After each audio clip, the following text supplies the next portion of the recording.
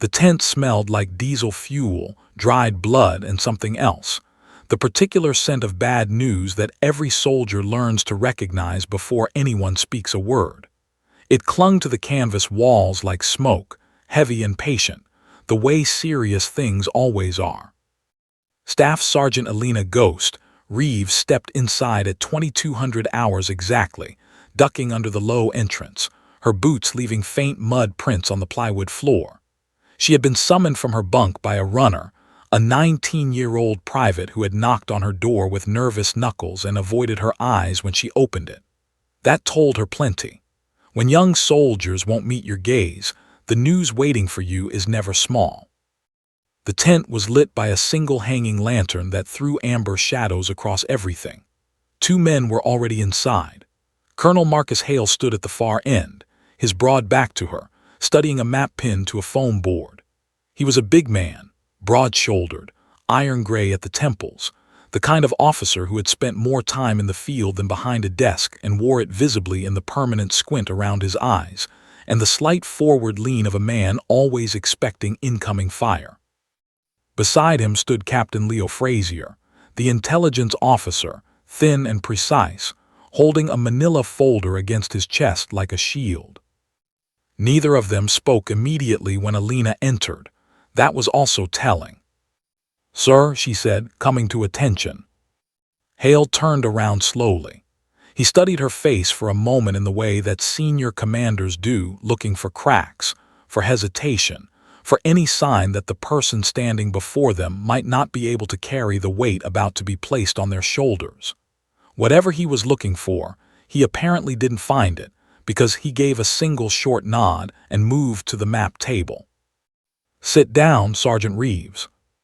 "I'm fine standing, sir." A ghost of something, almost amusement, crossed Hale's face. "Of course you are."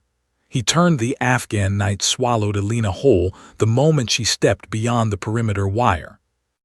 There was no ceremony to it, no send-off, no handshakes or good lucks or last looks over the shoulder. One moment she was inside the thin circle of light and noise that a forward operating base throws against the darkness, generators humming, distant radio chatter, the smell of mess hall coffee hanging in the cold air, and the next moment she was outside it, moving low through the scrub brush, and the fob was already disappearing behind her like a dream you can't quite hold onto after waking. That was the part civilians never understood about soldiers like Alina. The leaving wasn't the hard part. The leaving was the relief. She moved northeast along a dry riverbed for the first 4 kilometers, staying below the natural sight lines of the ridges flanking her on both sides. The riverbed was rocky and uneven, each footfall a small negotiation between speed and silence. She chose silence every time. Speed was for people who hadn't yet learned what the mountains could hide. Alina had learned that lesson on her second deployment, watching a good soldier die because he moved through unfamiliar terrain like he was late for something. She never moved like she was late for anything anymore. Her ghillie suit, painstakingly threaded with local vegetation fibers, tan and gray and brown, made her nearly invisible against the rocky landscape. Her face was darkened. Her rifle was wrapped in a custom cover that broke its outline completely. To any eye scanning the darkness, she was simply another shadow among thousands. That invisibility was not an accident. It was the product of 9 years of relentless, meticulous preparation, the kind that doesn't announce itself and doesn't ask for recognition. By the second hour, she had climbed her first major ridgeline. The elevation gain was brutal, 800 feet over 2 kilometers of loose shale, an exposed rock that shifted and slid underfoot with every step. Alina climbed without using her hands more than necessary, keeping her profile low, her breathing controlled through her nose even as her lungs began to burn. At the top she paused for exactly 90 seconds, not to rest, but to observe.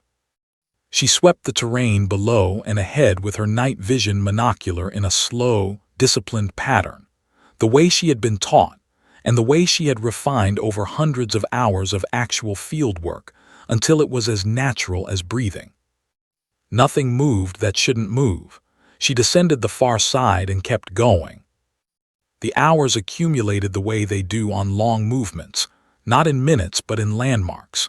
The dead tree split by lightning at kilometer 7. The dry stone wall, ancient and crumbling, that marked the edge of an abandoned village at kilometer 11. The narrow goat trail that wound between two boulder fields at kilometer 14, a trail so faint that you had to already know it existed to find it in the dark. Elena knew it. She had studied the terrain maps and satellite imagery for 6 hours before this mission, burning every feature into her memory, until the landscape felt familiar even though she had never physically walked it before. That was the craft of it, the long, unglamorous, invisible craft. At kilometer 16, she found the scouts. She almost missed them. They were tucked into a narrow ravine off the main route, placed there either by their own hand or by someone else's, and the darkness and cold had already begun the process of erasing the scene. Elena went still the instant her night vision caught the shape that was wrong, too regular, too still, too human against the organic chaos of the rocks. She moved toward them slowly, every sense at maximum alert, scanning the high ground on both sides before she allowed herself to close the final distance. If it was a trap, bodies used as bait, an ambush waiting for the next person to come along, she would know before she walked into it. She had seen that tactic used before in another country, another mountain range, another lifetime. It wasn't a trap, it was simply loss. 3 soldiers lay in the ravine, arranged almost peacefully, which was somehow worse on their backs. Their weapons were gone, taken as trophies or prizes. Their radios were gone, but their personal effects had been left, which told Elena something about who had done this. Professionals, not scavengers. People making a point rather than looting an opportunity. She knelt beside the first man, a sergeant, she could tell from his rank patch. Mid-30s, strong build, the kind of soldier who had probably played college football and joined the army because he wanted to do something that actually mattered. She didn't let herself think about whether he had people waiting for him somewhere. That thought was a door she couldn't afford to open right now. The second soldier was older, gray at his temples, a long-service man. The third was young, 20, maybe 21 at the most, and tucked inside the front pocket of his jacket, visible because the pocket flap had come open, was a small photograph. Elena reached in carefully and looked at it. A young woman, laughing, holding a baby who couldn't have been more than a few months old. Both of them squinting into bright sunlight somewhere green and warm and impossibly far from this frozen ravine. Elena looked at that photograph for a long, controlled moment. Then she put it back exactly where she had found it, buttoned the pocket closed with careful fingers, and stood up. She photographed the scene with her mission camera, methodical, complete, every angle documented. She sent a short coded transmission to David Okafor with the grid coordinates and a single line. 3 KIA, scout team, recent. Enemy closer than assessed. She received a 2-click acknowledgement and nothing more. There was nothing more to say. She looked once more at the 3 men lying in the cold, dark ravine, and she made them a promise the only way a soldier like Elena Reeves knew how, not with words, but with direction. She turned her face northeast, toward the mountain, toward the compound, toward the man responsible for this and for 31 others before this. And she walked.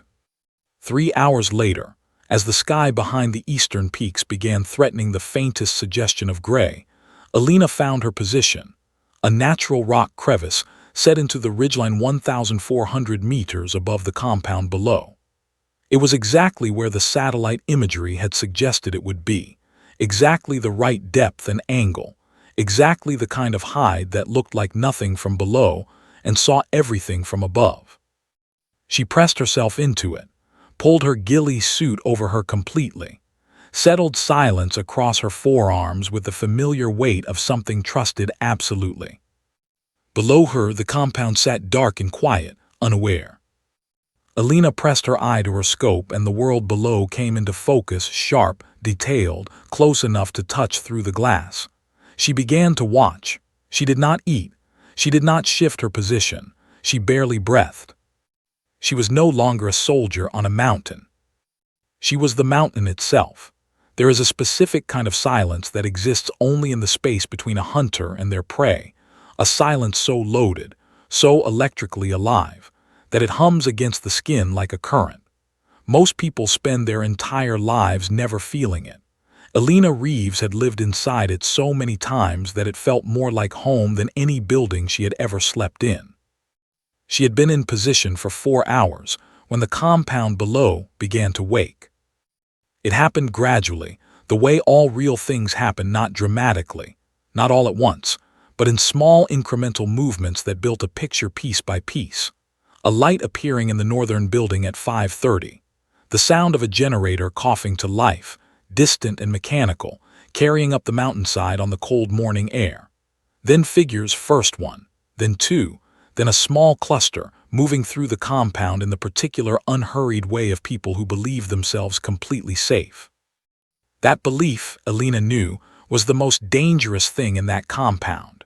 More dangerous than their weapons, their numbers, or their walls. Overconfidence was a wound that bled slowly and invisibly until the moment it became fatal. She watched without moving a single, unnecessary muscle.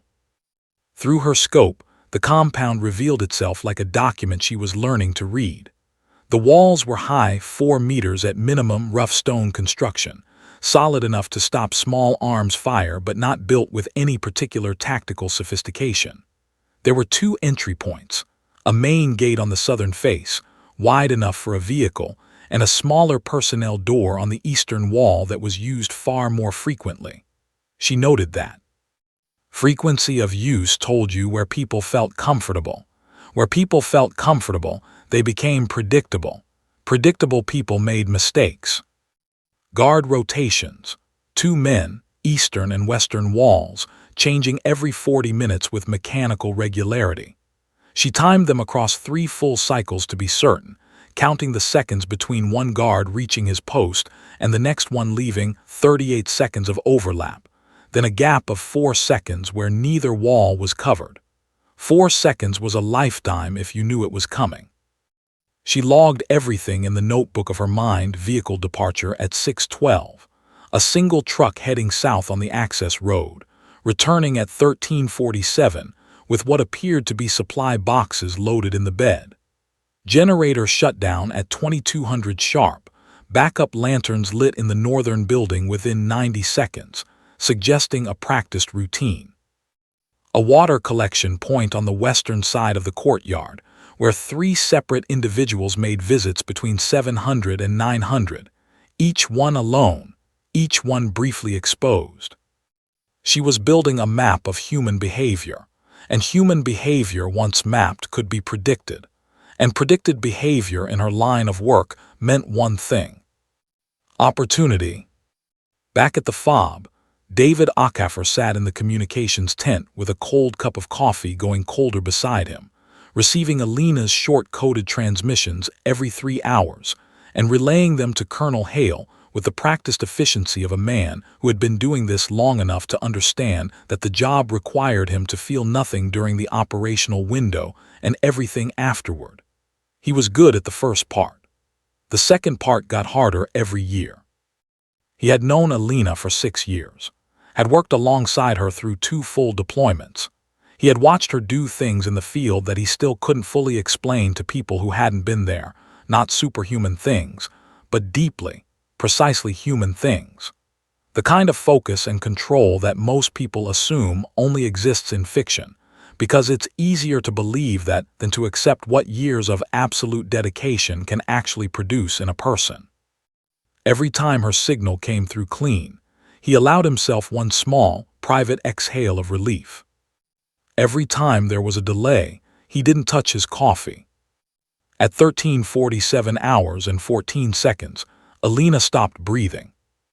Not literally, but the breath she had been maintaining, slow, rhythmic, 4 counts in, 4 counts out, the mechanical breathing of sustained concentration, simply ceased.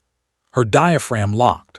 Her body went so perfectly still that she became, for one suspended moment, entirely indistinguishable from the rock she was lying against.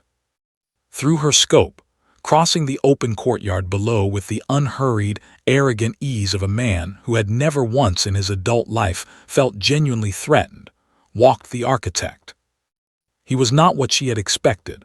Surveillance photographs always flatten people somehow, strip them of the dimensionality that makes a human being real.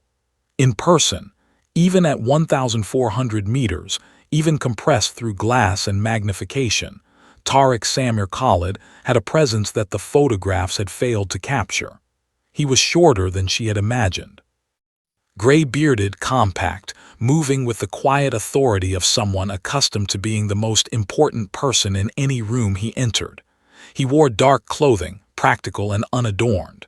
No jewelry, no visible weapon. He didn't need one.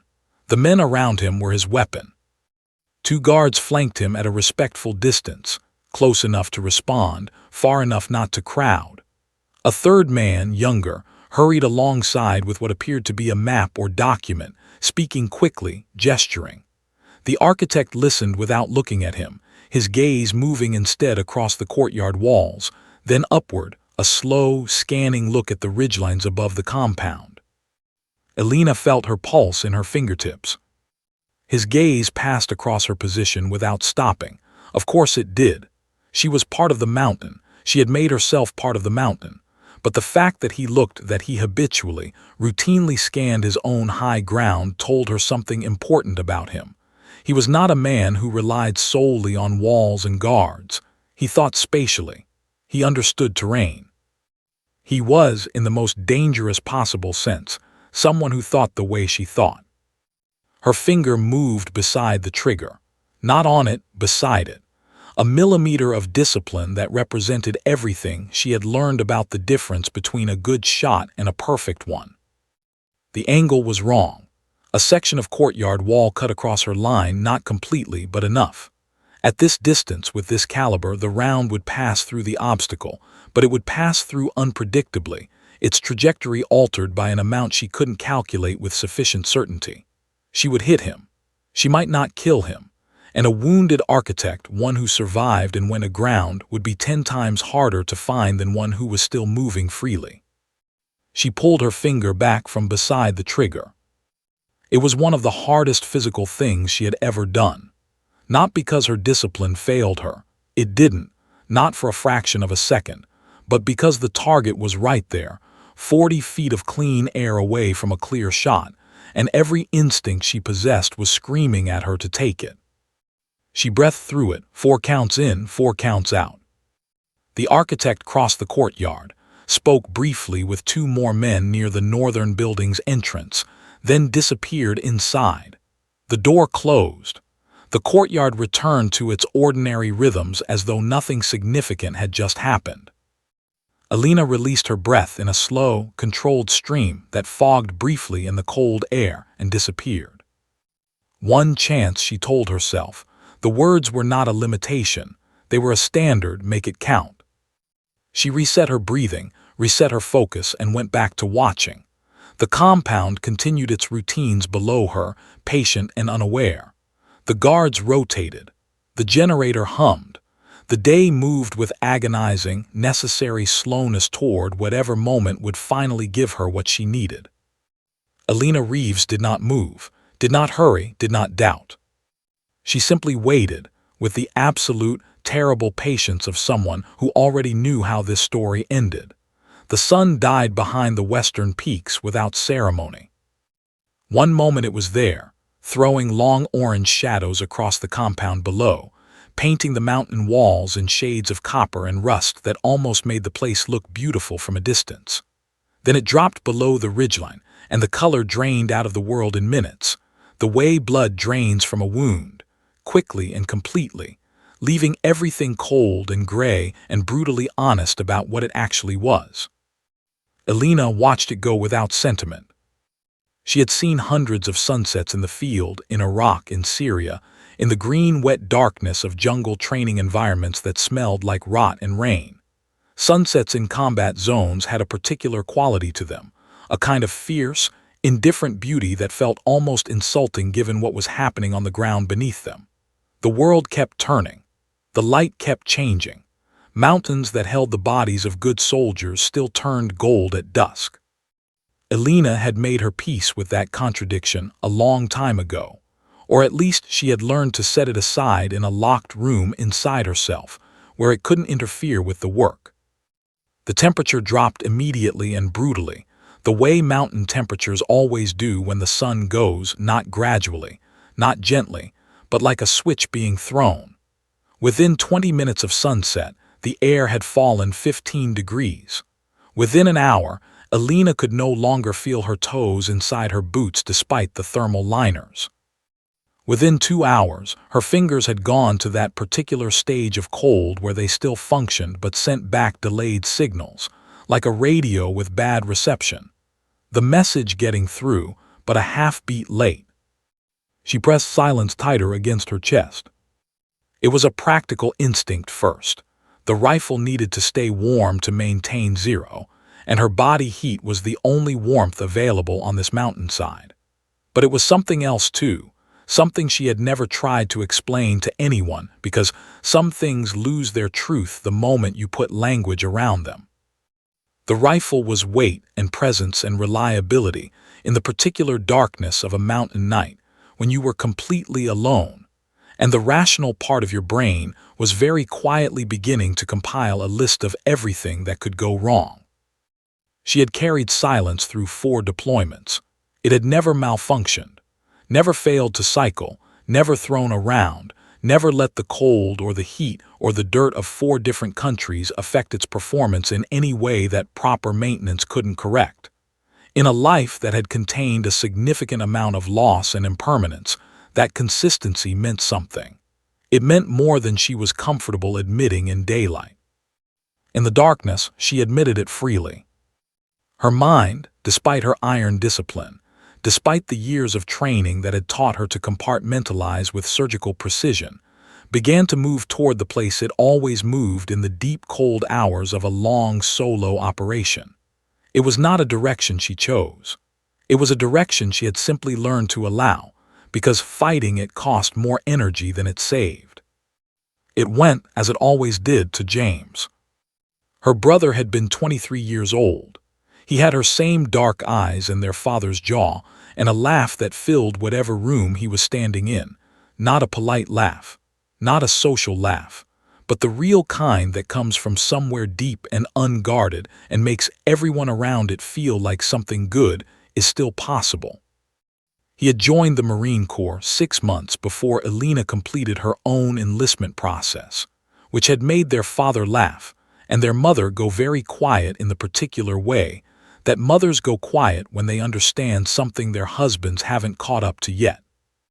Fallujah had taken him on a Tuesday, a routine patrol on a route that had been used 100 times before, a device buried 3 inches below the road surface, triggered remotely by a man who never had to see the faces of the people he killed. James had been in the second vehicle. The explosion had been large enough to flip the first vehicle onto its side and reduce the second one to components. The army had sent a folded flag and a form letter of condolence that had clearly been written for mass production, with a blank space where the name was typed in afterward. Elena had held that flag for a full day, sitting in the bedroom of her parents' house, not crying, not speaking, just sitting with the weight of it across her knees, before she understood what it had actually done to her. It hadn't broken her, it had clarified her. Every ambiguity she had ever felt about her career, about the nature of the work, about what she was willing to do and endure and become, all of it had resolved in that 24 hours of silence into something clean and simple and absolute. She was going to get good enough at this that fewer flags got folded. That was all. That was everything. She carried James on every mission. Not as grief, she had processed grief, had done the work of it, had sat across from an army counselor for 14 months until the woman had looked at her and said, with professional honesty, that she had done everything the process was designed to do. She carried him as purpose, as direction, as the quiet answer to the question that every soldier eventually has to answer for themselves in the dark. Why are you still doing this? Because of him. Because of the young soldier in the ravine with the photograph of his wife and new baby buttoned into his jacket pocket. Because of 31 other reasons that each had a name and a face, and someone waiting at home who had received a flag and a form letter. Below her, the compound was alive with the particular energy of people who felt safe. Fires had been lit in the courtyard against regulations, against basic tactical sense, but understandable in the human way that cold overrides training. Men gathered around them in small groups, passing food between themselves, the sound of conversation and occasional laughter floating up the mountainside and reaching Alina's position as fragments, shapeless and sourceless, stripped of language by distance. Just the sound of people being human, warm, social, unaware. She watched them through her scope with no animosity and no warmth. They were not, to her, monsters or villains in any cinematic sense. They were people who had made choices that put them in that courtyard, on that side of a conflict that had cost too many lives on both sides of it. Her job was not to hate them. Her job was to watch them, learn them, and when the moment came, to eliminate with precision the one specific man among them whose continued existence was costing American soldiers their lives. Everything else was noise.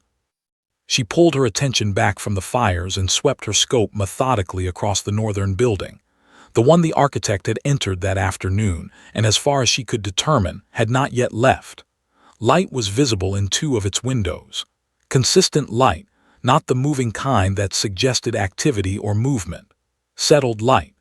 The kind that meant someone was inside doing paperwork or reading or conducting a meeting around a table. Planning, most likely. He was always planning. It was, after all, what he did. Alina felt the cold working deeper into her joints and made the small, precise adjustments of someone who knows that hypothermia is a slow and patient enemy that wins by accumulation rather than sudden assault. She rolled each finger individually inside her shooting glove, 1, 2, 3, 4. Then the thumb restoring circulation in a cycle she repeated every 15 minutes without interrupting her observation. She flexed each toe in sequence. She shifted her weight by the smallest possible increments, distributing pressure across different points of contact with the rock beneath her. She ate nothing. She allowed herself 3 small sips of water from the tube connected to her hydration pack, warm water, barely, insulated by the pack itself against her back. 3 sips, not 4. Resource discipline was not a rule she had been given. It was a standard she had set for herself years ago, because missions in the field had a way of lasting longer than planned, and the soldier who rationed with discipline in the comfortable hours was the soldier who still had reserves when the hours stopped being comfortable. 60 seconds of closed eyes every 45 minutes. Not sleep, not even close to sleep. A controlled rest, a deliberate reduction of sensory input that allowed her brain to reset without disengaging. She had developed this technique over years, refining it until she could drop into it and come back out of it with a clarity that felt almost like the first moment after waking, without any of the dangerous disorientation. She opened her eyes after the 3rd rest cycle and swept her scope back to the northern building. The light in the left window had changed. It was moving now. Alina's breathing slowed to almost nothing. Her body settled into the rock like something geological and permanent. Her eye pressed against the scope with the gentle, practiced contact of long familiarity. The night was not over. The cold was not finished with her. The mission had not yet reached its moment. But she was here. She was ready. She was, in every way that mattered, exactly where she needed to be. James would have understood that. She held silence a little tighter against her chest, and she kept watch through the long, frozen, necessary dark, steady as stone, patient as the mountain itself, carrying her ghosts with the quiet dignity of someone who had learned that the dead, properly honored, make the living stronger. Nobody saw the storm coming. Not the meteorologists at Bagram whose equipment was supposed to catch these things. Not the intelligence officers back at the FOB whose satellite feeds showed clear skis over the target area as recently as 6 hours ago. Not the pilots who had flown over these mountains that same afternoon and reported nothing unusual in the atmospheric patterns. The mountains, as they had done for 10,000 years before any of this, simply decided otherwise. Alina felt it before she saw it, a change in the air pressure so subtle that most people would have dismissed it as imagination. A slight shift in the way the wind was moving against the back of her neck. From the steady northeastern flow it had maintained all day to something more uncertain, more circling, the way air moves when something large and angry is reorganizing itself in the atmosphere above. She had grown up in Montana. She knew mountain weather the way she knew her own breathing, from the inside out, from years of it, from the kind of knowledge that doesn't come from instruments, but from having been caught out enough times to develop instincts that instruments can't replicate. She tilted her head slightly and read the sky. What she saw above the western peaks made her jaw set. The cloud formation rolling in was not the benign, high-altitude variety that passed over quickly and left nothing but a dusting of snow. It was the low, heavy, accelerating kind, the kind that filled valleys and swallowed ridgelines whole and reduced visibility to the reach of an outstretched arm. It was moving fast, driven by a pressure system that had apparently built itself over the Hindu Kush with the rapid, unstable energy that high-altitude mountain systems could generate seemingly from nothing. It would be on her position in less than 40 minutes. She keyed her radio, 2 short clicks, the prearranged signal for non-emergency contact, and waited. David Ockhaffer's voice came back within seconds, slightly compressed by encryption but recognizable in its particular steadiness. The voice of a man who delivered bad news the same way he delivered good news, which was one of the reasons she trusted him completely. Ghost, we're seeing it on radar now. Front moved faster than projected. A brief pause, the pause of someone choosing words with care. Coalition ground team is 18 hours from your position.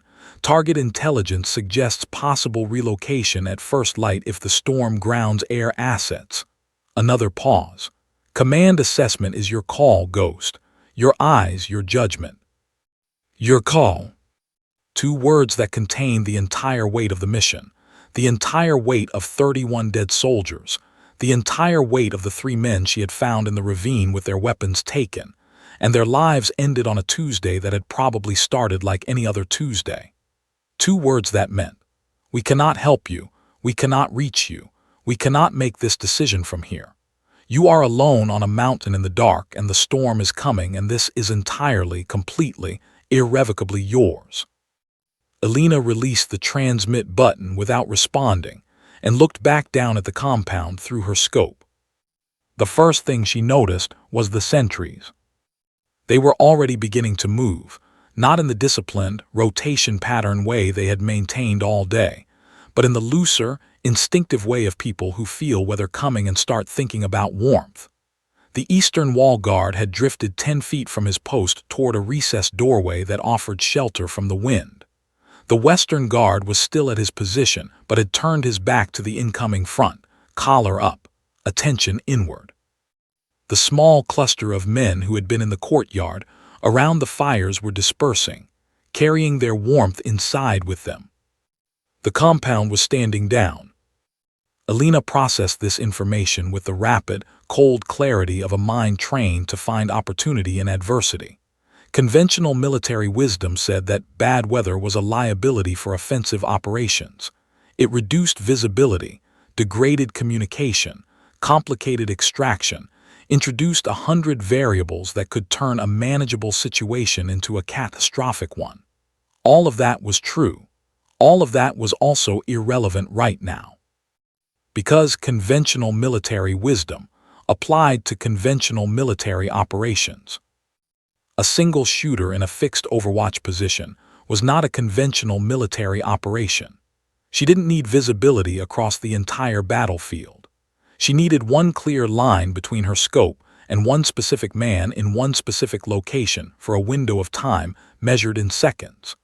The storm that was about to make a ground assault impossible was simultaneously about to make the compound's defenders drop their guard in exactly the way she needed them to.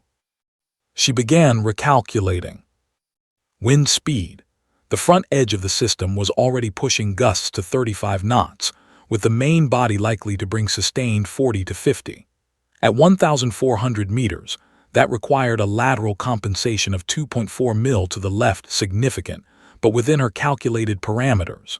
She had shot in worse crosswinds. In Iraq, on her third deployment, she had once made a confirmed kill in a sandstorm with sustained winds that her spotter had clocked at 60 knots. She had never told anyone the details of that shot, because the details made it sound like something that shouldn't have been possible, and she had a professional discomfort with stories that sounded like exaggeration even when they weren't. Temperature. It had dropped another 8 degrees in the last hour and was still falling. Cold air was denser, which affected the ballistic coefficient of the round in flight. At this distance, the bullet would retain slightly more velocity than in warmer conditions, meaning a fractional upward adjustment to her elevation hold. She made the mental note and filed it. Precipitation. The sleet that was beginning to fall, fine, driven, almost horizontal in the wind, would have a negligible effect on the round's trajectory at this range. People often overestimated precipitation's impact on long-range rifle fire.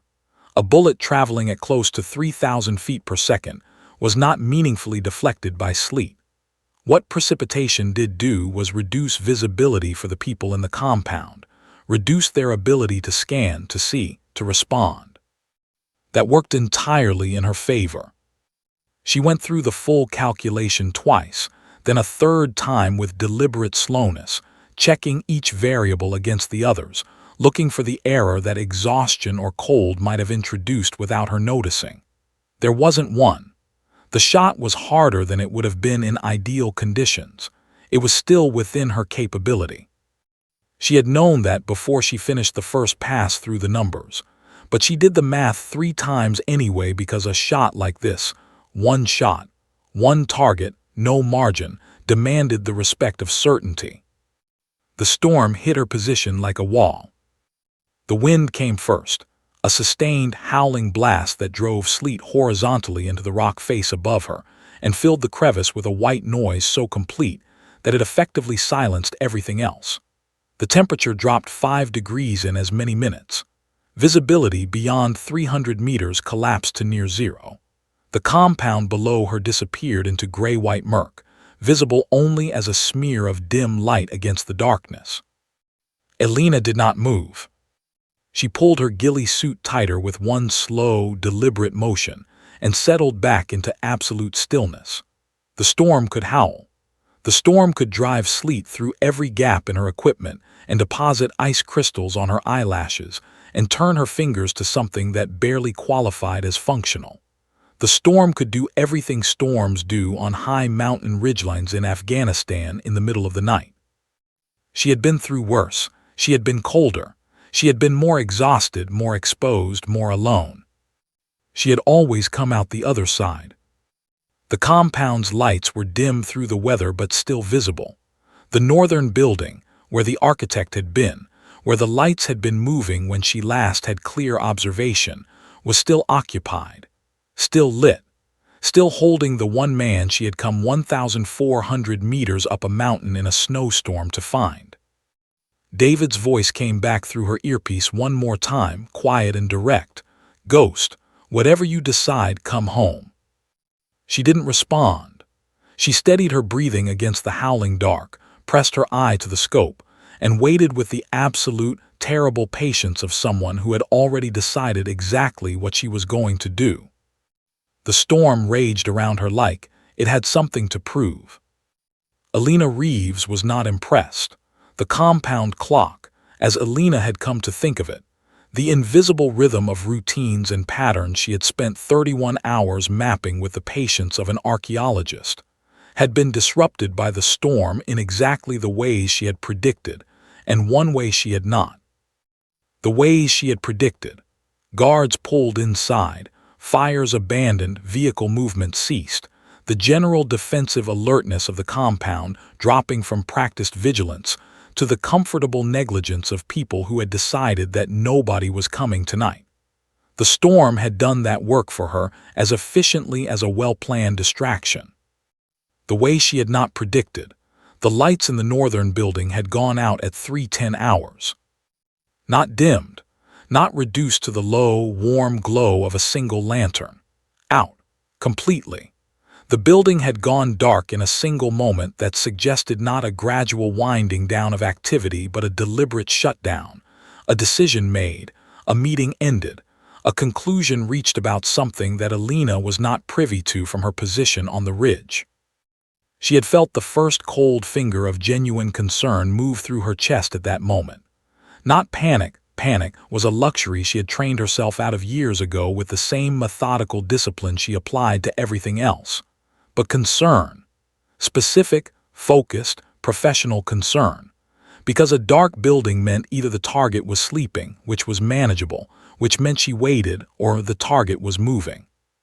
And a moving target in a storm at night, through terrain she couldn't fully observe, was a problem that had no clean solution.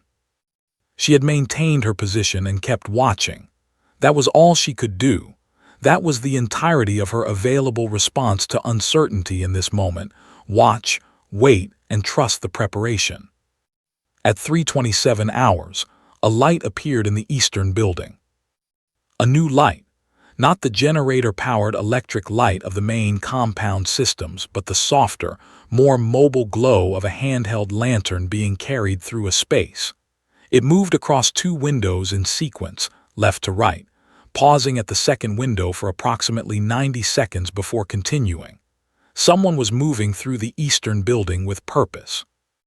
Someone who was awake at 3:27 hours in the middle of a mountain storm, which meant someone who either couldn't sleep or had a reason to be moving. Alina shifted her scope with the slow, glacial patience she had maintained for over 30 hours and found the eastern building's courtyard-facing wall.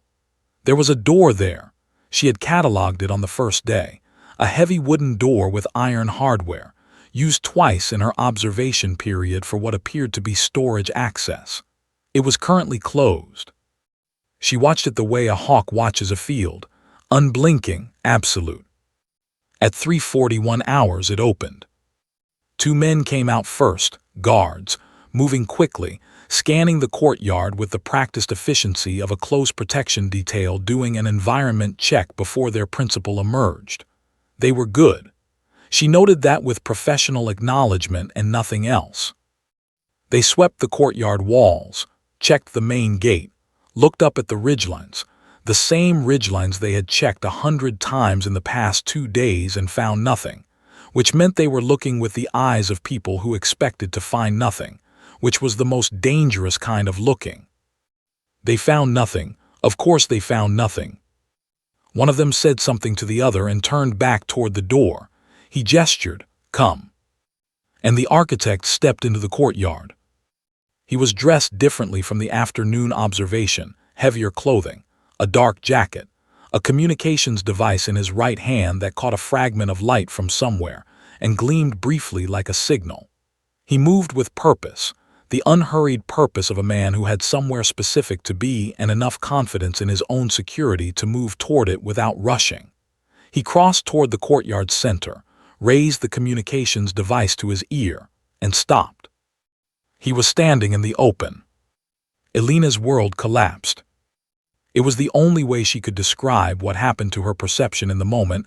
A long-prepared shot finally materialized. The world simply collapsed inward, shedding everything unnecessary, the way a telescope collapses its length to bring a distant object close. The storm ceased to exist as a sensory input. The cold in her hands ceased to register. The exhaustion that had been accumulating in her body for 43 hours became simply irrelevant. A background file the operating system had minimized to make room for the only process that mattered. Crosshairs, target, distance, variables. She ran the final calculation in the time it takes most people to draw a breath. Wind. Sustained 42 knots from the northwest, gusting to 51. Compensation, 2.4 mil left, already dialed. Temperature correction, already applied. Her natural point of aim was already on him. She had maintained and rechecked it through the storm with the discipline of someone who understands that the body drifts when the mind isn't actively preventing it, and she had been preventing it. The crosshairs settled. She found her natural respiratory pause, the still point between exhale and the next inhale, the half-second of biological quiet where the body is neither pushing air out nor pulling it in, where the chest is motionless, and the rifle sits as steady as it will ever sit. Competitive shooters called it the natural pause.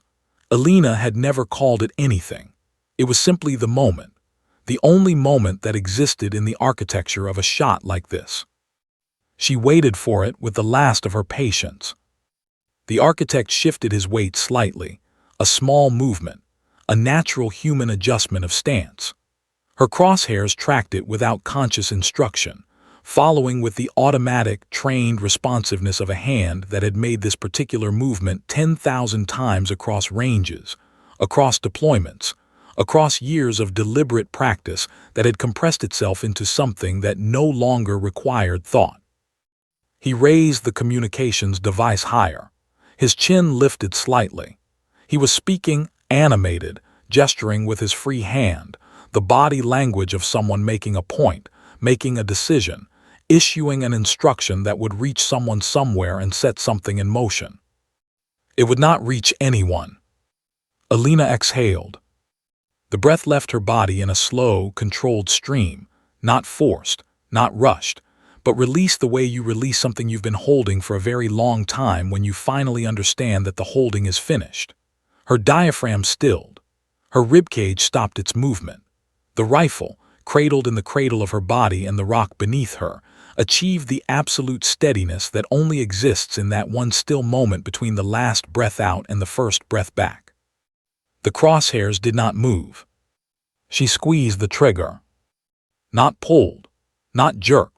Squeezed, a smooth, continuous rearward pressure applied with the pad of her index finger in the precise way that does not disturb the rifle's position by a single fraction of a degree, the way that takes years to ingrain to the point of reflex and never fully stops requiring conscious maintenance. The trigger broke at 4 pounds and 2 ounces of pressure, exactly as it always did, exactly as she had said it, exactly as silence had been built and maintained to perform. The rifle fired. The sound was sharp and brief and immediately swallowed by the storm, a single compressed crack that the wind tore apart and scattered across the mountainside before it could travel 40 meters in any direction. The muzzle rose fractionally with the recoil, and Alina rode it back down with the practiced automaticity of someone who had long ago stopped thinking about recoil management and simply did it. She was already back in her scope before the round arrived.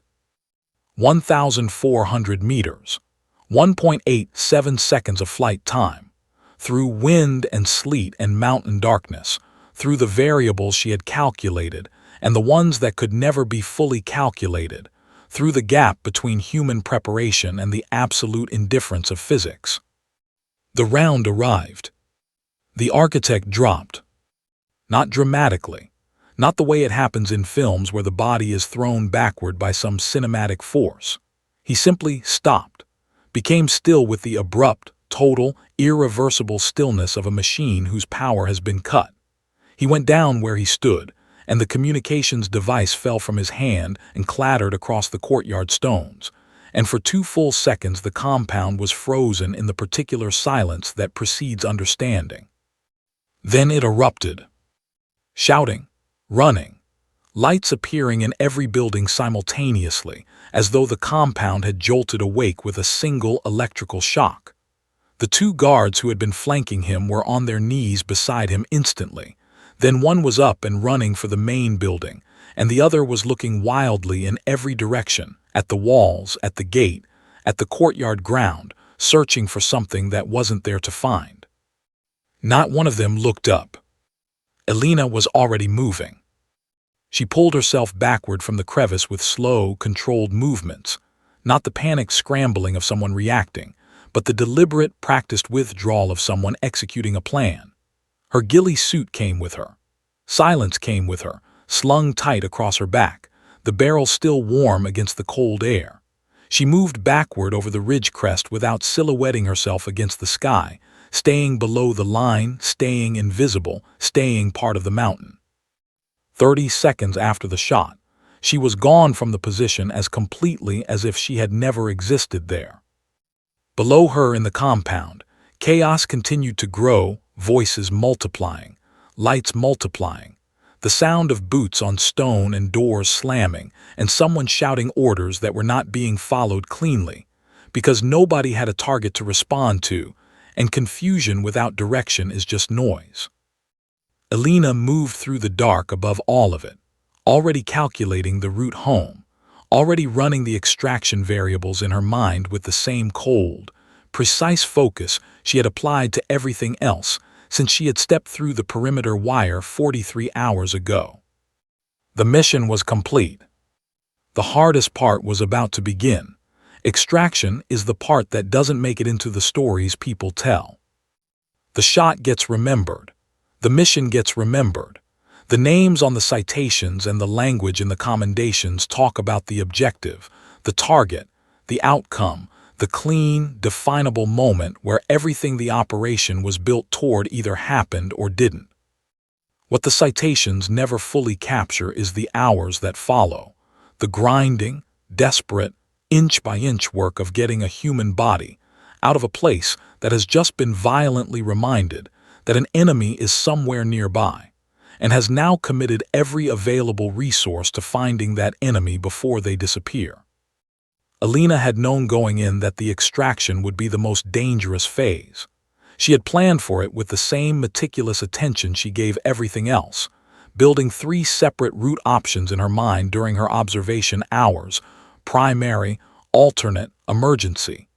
Each one accounting for different levels of enemy response, different weather conditions, different physical states she might be in when the moment came. She had not planned for all 3 routes to become simultaneously complicated within the first 40 minutes. She moved northwest from the overwatch position along the ridgeline's reverse slope, staying below the crest, using the terrain itself as her concealment the way good soldiers learn to use everything available to them. The storm was still raging. The same storm that had covered the shot was now both helping and hindering her. Helping. The wind and sleet reduced visibility for anyone trying to scan the ridgelines, and the noise of it covered the unavoidable small sounds of movement across loose rock. Hindering. Her own visibility was reduced to 30 meters in any direction, which meant threats could materialize out of the murk with very little warning time. She moved carefully. She moved constantly. At kilometer 3 of her extraction route, she heard the helicopter. Not coalition, the rotor signature was wrong, the rhythm too irregular for the well-maintained coalition assets she knew. It was a smaller, older machine, and it was flying low and slow along the ridgeline to her north, sweeping a spotlight across the terrain below it in long, overlapping arcs. They were already airborne. They had already organized a response faster than she had assessed as likely, which told her something important about the architect's organization. Even without their commander, even in the chaos of the first minutes after the shot, someone had been capable enough to get eyes in the air within 40 minutes. She pressed herself flat against the rock face and pulled her ghillie suit over her completely, becoming a feature of the landscape, and held absolutely still, while the spotlight swept within 60 meters of her position and continued past. She stayed still for 4 minutes after the helicopter's sound faded, because amateurs moved the moment the immediate threat passed and professionals waited to confirm it was actually gone. It was actually gone, she moved. The primary extraction route took her down through a series of interconnected gullies that channeled between 2 major ridgelines, natural corridors that offered concealment from above and reasonable footing in the dark. She had been in the second gully for 11 minutes, making good time despite the conditions, when she heard them ahead of her. Voices close, moving toward her position. She stopped breathing and pressed herself into the gully wall, counting the voices automatically, 2, possibly 3, speaking in low, urgent tones. A patrol, moving fast, sweeping the gully in the direction she had just come from. They were disciplined enough to maintain spacing and disciplined enough to keep their flashlights off, which meant they were experienced. They were also close enough that she could hear the sound of their boots on the wet rock above the wind. 30 meters, 25-20. Alina did not move. She did not reach for her sidearm. Engaging a patrol at close range in the dark would create noise, and noise would bring everything in the surrounding 3 kilometers down on her position within minutes.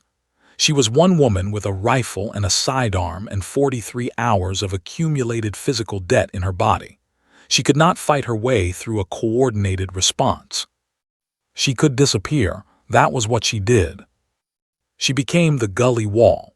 She slowed her breathing to the absolute minimum her body could sustain and still maintain consciousness, and she watched the 3 men pass within 12 feet of her position without their eyes ever finding her in the dark and the sleet, and the comprehensive invisibility of a ghillie suit worn by someone who genuinely knew how to wear one. When they were past and their footsteps had faded to nothing, she waited another 3 minutes and then changed her route entirely. Primary was compromised. Too much activity in the gullies. Too many patrols working the natural corridors that she had identified as efficient routes, which meant they had identified them too. She switched to the alternate route, which took her higher, across more exposed terrain, adding 4 kilometers to the extraction distance and significant elevation gained to a body that was already operating well below its optimal parameters. She went higher. The cold at the new elevation was a different order of magnitude from the cold she had been managing at the overwatch position.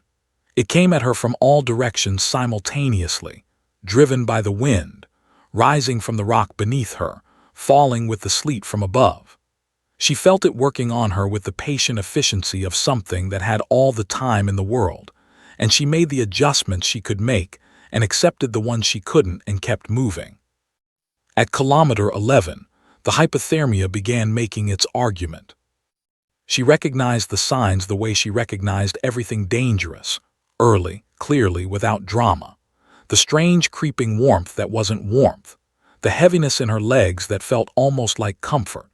The way the exhaustion was beginning to feel pleasant rather than punishing, like a bed that was too soft and too warm that you knew you shouldn't sink into, but that pulled at you with a drowsy, insistent gravity. These were not signs of the body giving up. They were signs of the body being deceived, convinced by chemistry, and cold that surrender was reasonable. Alina had a response to surrender that she had developed over 9 years and refined across 4 deployments. She thought about James. Not the grief of him, that was the soft version, the version that might have let her stop moving and rest against a rock and close her eyes for just a moment. Just a moment. She thought about the Tuesday he had been taken. She thought about the form letter and the folded flag. She thought about 31 other soldiers and the young man in the ravine with his wife and baby buttoned into his jacket pocket. She thought about the specific, concrete, non-negotiable fact that none of those people had been given a choice about their outcome, and she had been given one. And using her choice to lie down on a mountainside in Afghanistan because she was cold would be the single most unacceptable thing she had ever done. She pushed herself upright from the brief crouch she had allowed herself and kept moving. Kilometer 15 brought her to the ice-fed mountain stream. It was running fast and black between its banks, maybe 4 meters wide, with the kind of cold that you could feel radiating from its surface before you touched it. Crossing it on the 2 flat rocks that served as stepping stones was the obvious choice. The obvious choice was also directly in the sight line of a guard post she had spotted on the ridge above, a position that hadn't existed during her infiltration, placed there in the last hour as part of the response sweep. She looked at the stream, she looked at the guard post, she made her calculation. She went into the water. Not across it, into it. She lowered herself in from the near bank, and the cold hit her with the concentrated, focused violence of something that meant business, every nerve in her body screaming a protest that she processed and set aside with the mechanical efficiency of someone who has decided that the body's opinion on the matter is not relevant to the decision. She went into her chin. She held silence above the surface with both arms fully extended, keeping the rifle out of the water with the last of her upper body strength, while the current pushed against her, and the cold worked at the core of her with terrible patience. She stayed in the water for 9 minutes. The guard post above her was occupied for 7 of those 9 minutes. She knew this because she could see the faint glow of a light that moved twice during her time in the water and then went still. Still meant watching. She stayed still too, a piece of the stream, a shadow in the water, something that belonged there. When the light moved again, and the sound of boots on rock above told her the guard was repositioning, she pulled herself out of the water on the far bank with arms that barely responded to the instruction and lay flat against the cold ground for exactly 60 seconds, running her hands over silence to confirm it was dry and functional. It was dry, of course it was. She got up.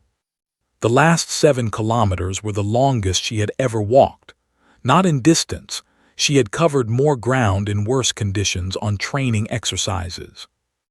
But in the particular, compounding weight of everything her body was carrying by that point, the hypothermia that she was managing but not defeating, the exhaustion that had passed through the stage of being felt and entered the stage of simply being a condition she existed inside, the accumulated cost of 43 hours of absolute focus and cold, and solitude pressing on her from every direction at once. She walked anyway. At 5:41 hours, with the first thin light beginning to find the eastern peaks, pale and cold and completely indifferent to what the night had cost, Alina reached the extraction point, a barren hilltop, a cracked boulder, a set of coordinates that existed nowhere except inside her memory. She knelt behind the boulder, raised her signal device with hands that she had to consciously instruct to close around it, and transmitted. 63 seconds. She counted them the way she counted everything. Precisely, without emotion, one number after another in the cold gray light of an Afghan dawn that was arriving whether anyone was ready for it or not. At 63 seconds, she heard the rotors. She closed her eyes for one moment, not from relief, not yet, not until she was actually aboard and the ground was falling away beneath her. Just one moment of allowing herself to feel the weight of what the night had been, the full, unfiltered weight of it, before she stood up and finished the job. Then she stood up. And she finished the job. The Black Hawk came in low and fast and angry, the way military helicopters always move when they are operating in contested airspace, and the pilots know it.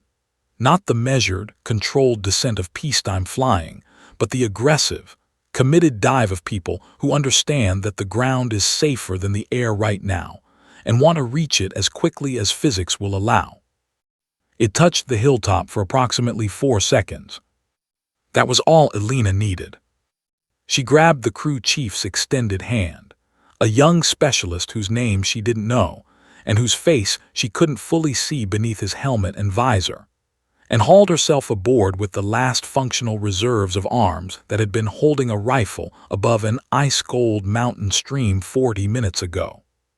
She cleared the deck edge and the helicopter banked immediately, hard left, climbing fast back into the gray morning sky before the skids had fully settled, the open side door filling with a rushing wall of cold air, and the receding image of the hilltop already becoming small and anonymous below. Alina sat on the deck floor with her back against the bulkhead in silence across her lap, and let the vibration of the airframe move through her body for a long moment without trying to do anything about anything.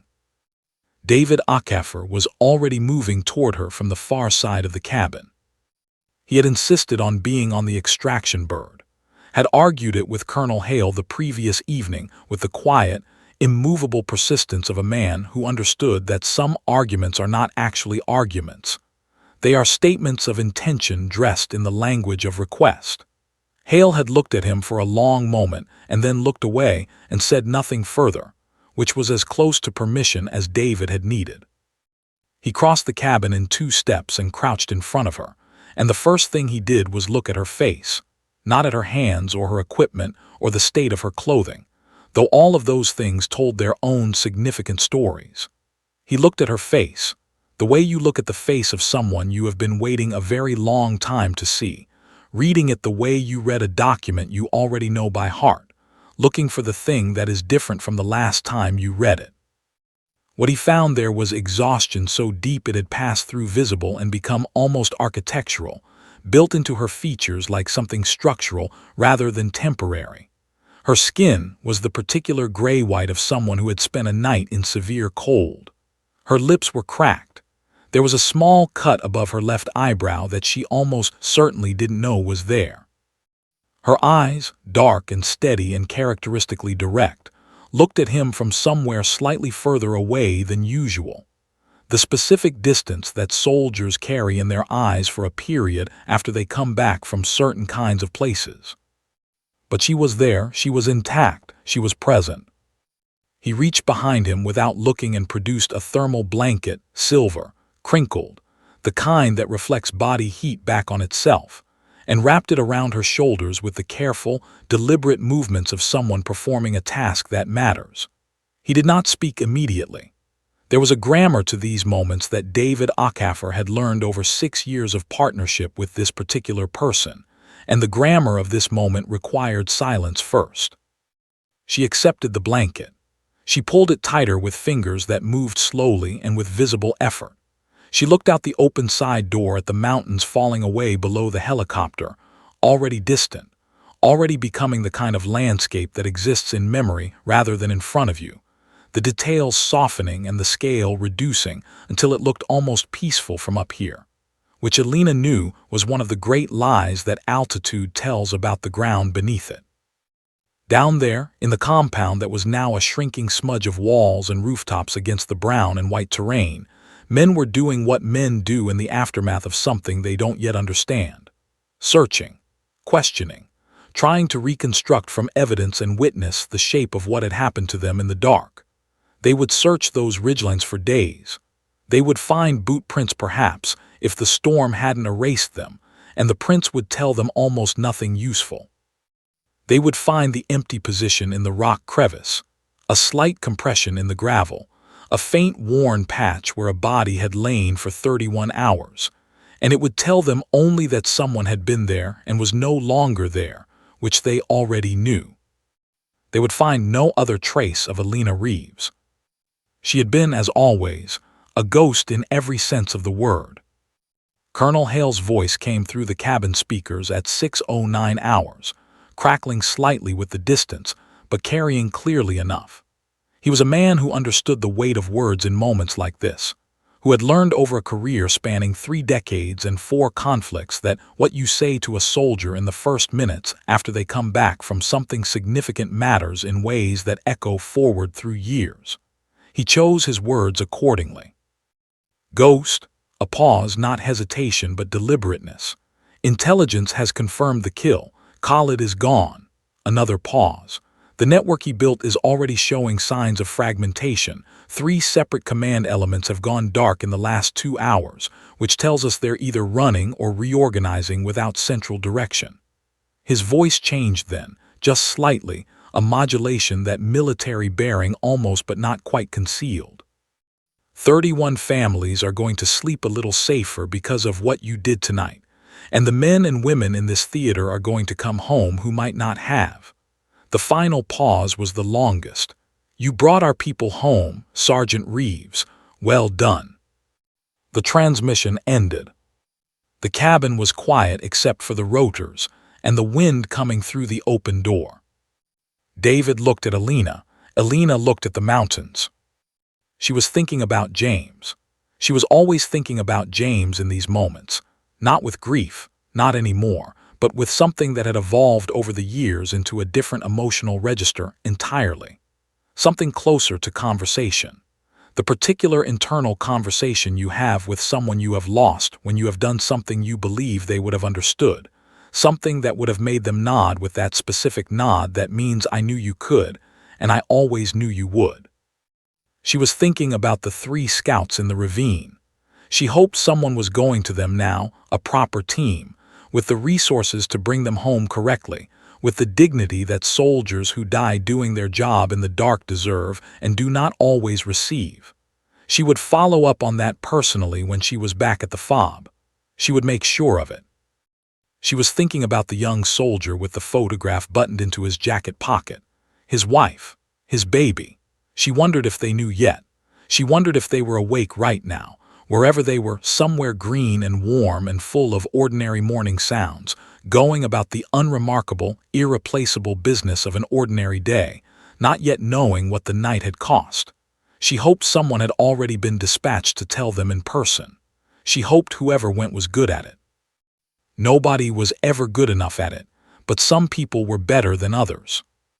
She thought about all of this, and then she let it settle into the particular place inside herself where these things lived, not buried, not suppressed, but set down carefully, the way you set down something heavy when you've carried it as far as carrying is useful, and the rest of the distance has to be covered differently. David finally spoke. His voice was quiet beneath the rotor noise, pitched for just the 2 of them. You need food and you need warmth and you need about 14 hours of sleep, he said. In that order.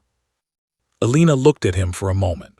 Something moved in her expression that wasn't quite a smile, but occupied the same territory. The faint, exhausted softening of a face that has been held absolutely still for a very long time, and is only now beginning to remember that it doesn't have to be. Noted, she said. Her voice was rough with cold and disuse, the voice of someone who had not spoken more than a handful of words in 43 hours. She looked back out the open door. The mountains were smaller now. Still immense, they would always be immense. They had been immense for 10 million years before any of this and would remain so long after every trace of this conflict had been erased from the landscape, but smaller in the way that things you have survived always become smaller when you put distance between yourself and them. Not diminished, just properly sized, put back into the correct proportion against the full scope of everything else. She pressed her forehead gently against the cold metal receiver of silence, a gesture so private and so habitual that she didn't notice she was doing it until she had already done it. The rifle was cold from the mountain air. It was always cold.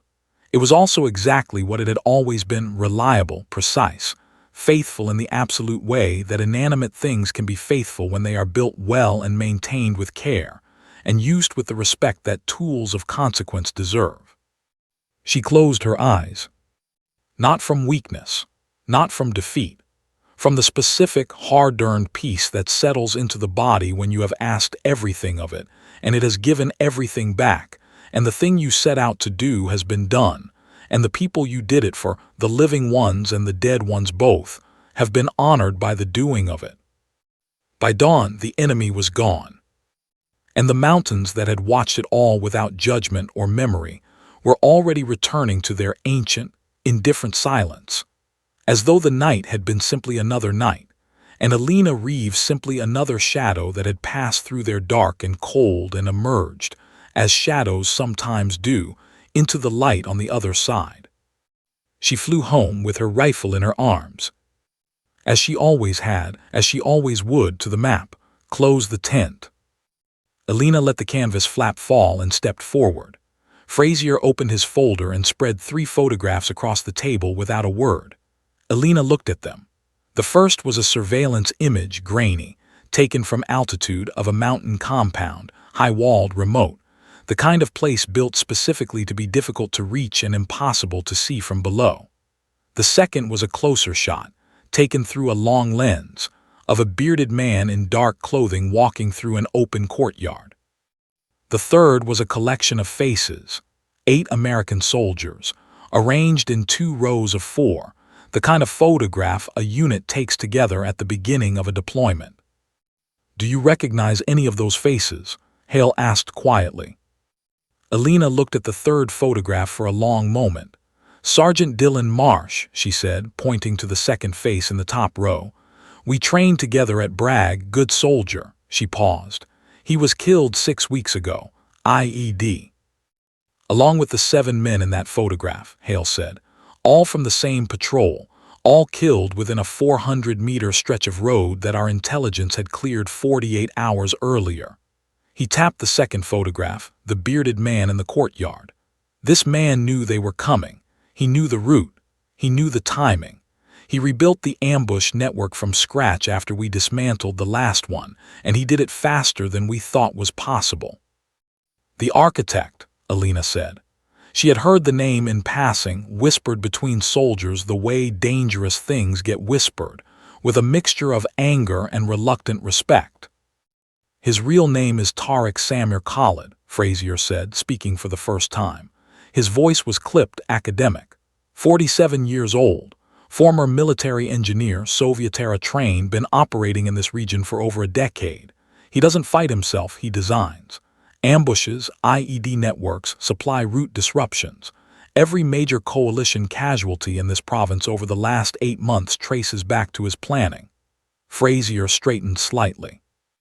He is, without question, the most dangerous single individual currently operating against coalition forces in this theater. The lantern swayed slightly in a draft from outside. Alina looked at the compound photograph again, at the high walls, the remote ridgeline location, the single narrow access road that any conventional approach force would have to funnel through like water through a pipe. She began doing geometry in her head automatically, the way she always did, angles, distances, elevation, sight lines. He's moved twice in 3 months every time we've mounted a team approach, Hale continued, pulling no punches. Either he has a source inside our planning chain, or he's simply that careful. Either way, a ground team gets detected before it gets within 5 kilometers. He looked directly at Alina, which is why there will be no ground team this time. The silence that followed was the loudest thing in the tent. You'll go in alone, Hale said. Black insertion, 0 support footprint. Your handler will be Sergeant First Class Akafer, radio contact only. No extraction team on standby. 72 hours on the ground. He paused. 1 shot, 1 target, then you walk out. Frazier slid one final document across the table, a single-page mission brief, already signed at the top with Hale's signature. Alina picked it up and read it in 15 seconds. She set it back down without expression. Most soldiers would have asked questions. How do I get out if it goes wrong? What if the target moves? What's the contingency if I'm compromised? Alina asked none of those things, not because she didn't think of them, but because she already knew the answers. In a mission like this, the contingency was you. Your training, your judgment, your will to survive when everything had already gone sideways. She reached down to the rifle case leaning against the table leg. She had brought it without being asked, because she had known from the moment that nervous private knocked on her door, and she unzipped it with one smooth motion. Silence lay inside, cleaned and assembled, the custom stock worn smooth in the exact places where her hands always fell. She lifted it out and settled it across her forearms the way another person might hold something irreplaceable. Hale watched her. You understand what we're asking? Yes, sir. And Alina looked up from the rifle and met his eyes directly. In them, he would find no drama, no performance of courage, no need for reassurance. Just the quiet, absolute certainty of someone who has already made peace with every possible outcome. When do I leave, sir? Hale glanced at the darkness pressing against the tent walls. Honestly, Sergeant, you already should have. Alina Reeves slung silence across her shoulder, turned without another word and walked back out into the Afghan night, alone, certain, and already gone.